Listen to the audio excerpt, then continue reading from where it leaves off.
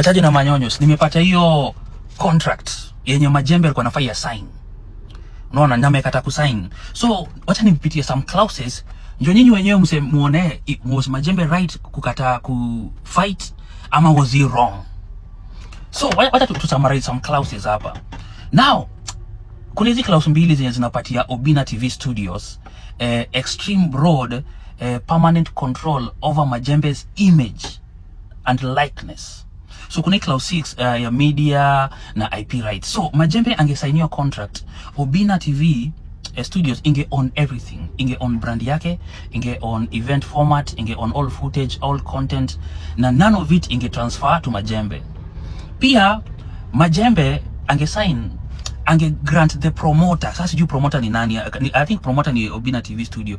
Ange grant the promoter a worldwide, loyalty free, irrevocable, perpetual license to use his image, to use his name, likeness, image, voice, performance and life story. Unaona? Pia angesign hiyo contract ingekuwa ina cover broadcast, promos, social media ya Majembe, behind the scenes, training footage, recap videos na sponsor activities. So hapa Majembe wanasema pia wako na sponsors wao wenye wange clash na these other sponsors. Unaona? Aya, kuna clause 23 na hii post fight film na media.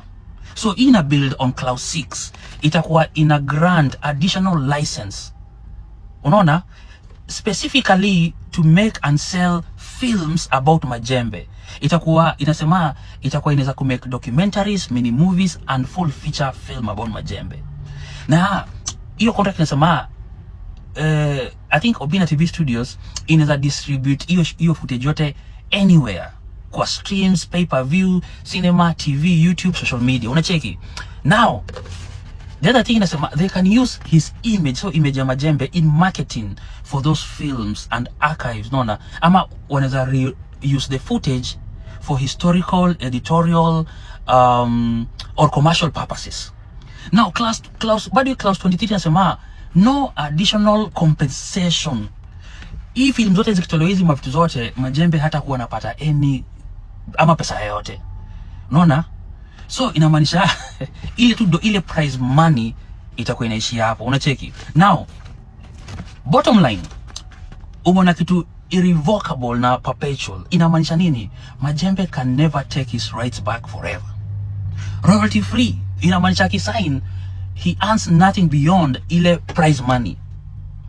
Ingine inasema he has no ownership or creative control over his story, voice ama image yenye atakuwa anatumia. Unaona? So ingine inasema nini?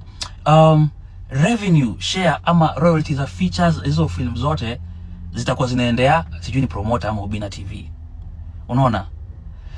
Approval rights over his own likeness. Lazima ujamaa atakuwa anaenda atakuwa maybe atakuwa anatafuta kuapprove kutumia image yake. Mimi si lawyer, lakini hii contract naona ni one sided. Hii ni maoni yangu kulingana na kile Majembe wamenitumia nisome. So sijui kama wamenitumia document fake. Unaona?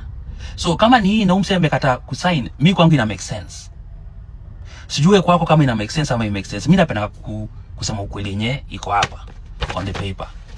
Hebu niambie unafilaje jo?